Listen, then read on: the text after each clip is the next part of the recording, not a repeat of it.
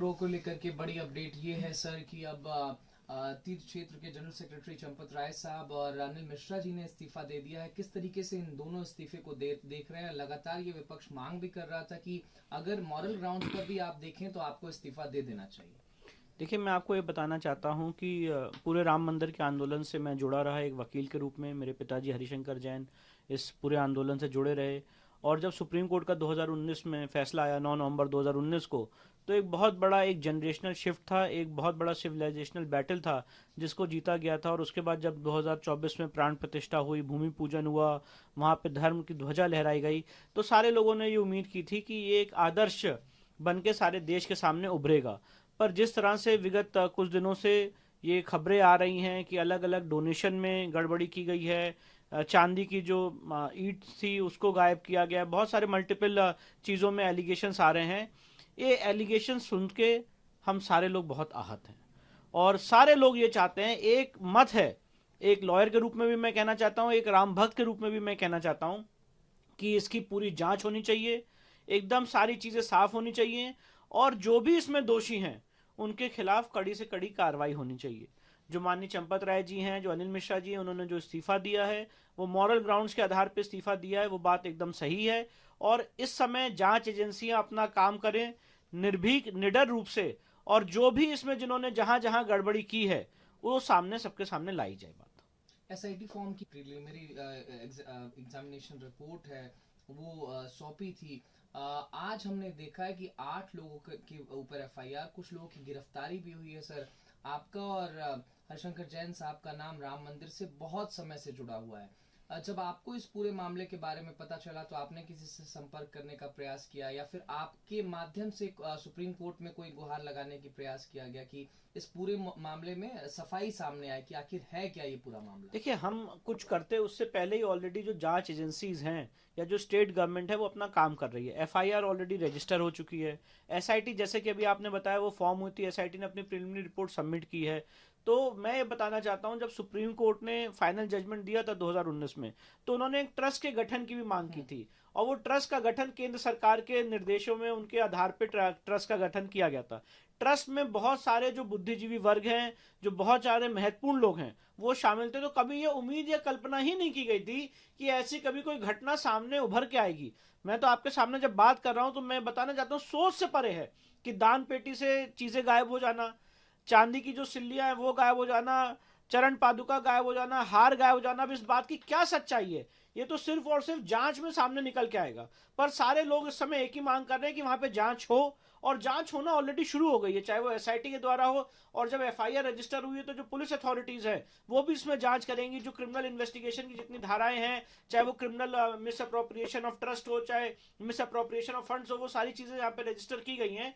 तो हमें पूरी उम्मीद है कि अभी जांच देखते हैं किस तरह से प्रोग्रेस कर रही है, कहां तक ये जांच जाती है, किसका किसका नाम इसमें आता है, सीसीटीवी फुटेज जो वहां पे हैं वो कैसे डिलीट हो गए, कितने सीसीटीवी फुटेज सामने आते हैं, ये सब तो अभी जो इन्वेस्टिगेटिंग एजेंसीज हैं देखेंगी, और फिर कोर्ट में इस मामले का ट्रायल चलेगा। एक सबसे बड़ा प्रश्न चिन्ह जो सबसे नेशन देना था, चंपत राय साहब को देना हो, अनिल मिश्रा को देना हो, या फिर जितने लोगों के नाम संबंधित लोगों के सामने आ रहे हैं, इसमें देरी क्यों की गई? और एसआईटी के फॉर्मेशन के बाद अब आप इस्तीफा दे रहे हैं, तो क्या आपको लगता है सर एफआईआर करने में पूरे मामले में इस देरी हुई है? देखिए, जब ये बात सामने आई थी तो इमीडिएटली एसआईटी का गठन किया गया था, और एक प्रिलिमिनरी एक क्योंकि इस तरह का मामला है जहां पे सेंट्रल गवर्नमेंट इन्वॉल्व है, स्टेट गवर्नमेंट इन्वॉल्व है, डिस्ट्रिक्ट मजिस्ट्रेट इन्वॉल्व है, सारे बुद्धिजीवी वर्ग के लोग वहां पे इन्वॉल्व हैं।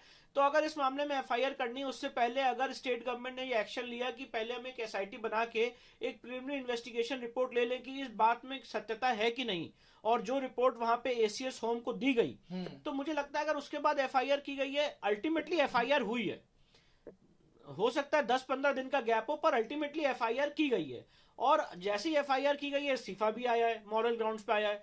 तो मुझे लगता है इसमें कोई ज्यादा बड़ी बात नहीं है। उसका कारण ये, अगर आप लीगल तौर पे भी इसको देखें, अगर इस्तीफा ना भी आए तो आज जब जांच होती तो उनका बयान 161 में दर्ज किया जाता, जब ट्रायल होता अगर उसमें जो भी आदमी अभियुक्त होगा वो कोर्ट के सामने आएगा, चार्जेस फ्रेम होंगे।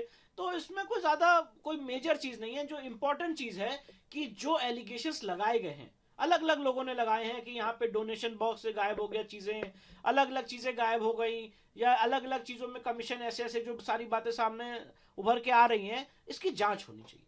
और वो जांच हो रही है। अगर जांच में कहीं भी ऐसा लगता है कि सेटिस्फैक्शन नहीं है या किसी को गलत ढंग से क्लीन चिट देने की कोशिश की जा रही है, तो उसका पूरा एक प्रोसेस है लीगल, उसमें कोर्ट उसमें अलग अलग प्रावधानों का उपयोग करके जो भी आदमी इसमें दोषी है उसको सामने ला सकती है। इसलिए अभी बहुत ही एक प्रिलिमिनरी स्टेज है जहां पे हम और आप बात कर रहे हैं, और इस समय हमें आपको जो जांच होने वाली है उसका वेट करना चाहिए कि जांच में क्या क्या चीजें उभर के सामने आती है। सर, अब जब ट्रस्ट की चीफ सुप्रीम कोर्ट के इंस्ट्रक्शंस के बाद इस पूरे ट्रस्ट का गठन किया गया था, अब क्या नए तरीके से इन मेंबर्स की नियुक्ति होगी? और इसी में मैं एक सवाल और जोड़ना चाहता हूं सर, सुप्रीम कोर्ट में भी एक याचिका पेंडिंग है राम मंदिर डोनेशन रॉ को लेकर के ही। आरजेडी के सांसद हैं सुधाकर सिंह जी, ये उनकी याचिका है, उस पर आगे कुछ क्या होना है? देखिए, वो तो अभी उन्होंने याचिका दायर की है, हमें भी आपके हवाले से पता चला है, तो उसकी अगली हियरिंग जो मैंने सुनने में आया है 29 जून को सुप्रीम कोर्ट में होने वाली है। पर वो तो देखेंगे उस दिन ऑनरेबल सुप्रीम कोर्ट उसमें क्या व्यू लेता है। पर इस समय महत्वपूर्ण बात यह है कि जांच जो है वो चले और निष्पक्ष रूप से उसकी जांच हो। और जो आपने सवाल पूछा कि इस समय जिनका इस्तीफा हुआ है, तो ऑब्वियसली उनकी जगह पे नए नए जो जनरल सेक्रेटरी हैं या नए अलग अलग जो पदाधिकारी हैं उनकी नियुक्ति की जाएगी। वो एक अलग प्रोसेस है, जो ट्रस्ट डीड बनी है उसके हिसाब से वो सारी नियुक्ति की जाएगी। पर महत्वपूर्ण बात यह है कि जो नियुक्ति हो अब, और ये बात मैं कहना चाहता हूं, वो ऐसे लोगों की हो जो बहुत पारदर्शी तरह से काम करें। हमारी आपके माध्यम से मांग है कि पूरे जगह पे सीसीटीवी कैमरास लगाए जाए, जहां पे डोनेशन बॉक्स में गिनती हो रही वहां पे सीसीटीवी कैमरा लगाया जाए, उसका प्रिजर्वेशन किया जाए, उसकी live feed district magistrate, state government, central government, हर जगह उसकी लाइव फीड जाए, कि आगे चल के आज जो ये घटना हो गई है, आगे चल के ऐसी घटना कभी ना हो, कभी भी ना हो, इसके लिए भी हमें सज रहना चाहिए। बहुत शुक्रिया सर एएनआई से बातचीत करने के लिए। Ayodhya Ram temple. So now Mr. Champat Rai along with Anil Mishra has stepped down from the respective posts. How do you see this entire controversy from Ayodhya? So you have been associated from a long time along with your father, Mr. Harishankar Jain. So how do you see this all going on all around in Uttar Pradesh and Ayodhya, sir? See, first of all, I would like to say that we are deeply pained and saddened by the incident which has happened so far as the Ram Mandir Temple Trust is concerned. And our primary aim and objective when we were contesting the entire litigation was to build a Ram Temple which can be a model for the entire country. And today when we have come to know through various news reports that such kind of allegations have been made against the management, against the trust, against the trustees, against various officials of the Ram Mandir Temple Trust, it is very, very disheartening.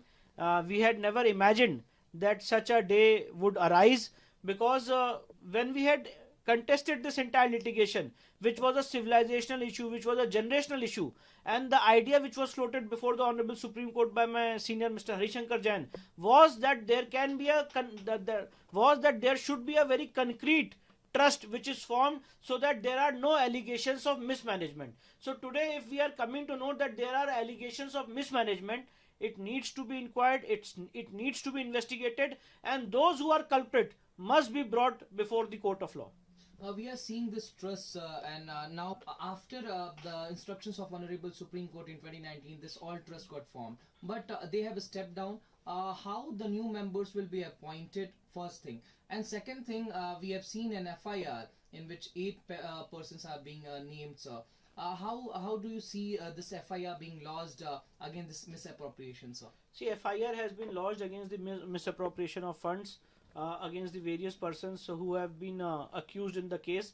But the fact of the matter is that now, once the SIT has submitted a preliminary investigation report before the ACS home, and once the SIT will start investigating, once the police authorities will start investigating the matter further, those who are not accused also, let me tell you, can be brought in the charge sheet. They can also be made as an accused. So it doesn't matter that if they are not accused so far as the present FIR is concerned. Once the investigating agency starts the investigation, if they find that any person who is a culprit, who are involved in such kind of illegal activities, they can also be made accused in the present FIR. That is point number 1. Point number 2 is that so far as the resignation is concerned, now as per the trust deed, new appointments will be made. But I must say that we all want that Ram Mandir Temple Trust must be a model for the entire country, so that not just Ram Temple, all the temples in this country, there should not be any allegation of mismanagement, because today we are living in an era where we are seeking that there should be completely no control of the government over the temple management. And here we are seeing that the central government is also involved, the state government is also involved, the most important individuals from the society are also involved, and then this has happened. The allegations which are as of now prima facie are very, very serious. So this case must be a model for the entire country, and such a scheme of administration should be formed so that no kind of mismanagement is there in any temple in the country. Thank you.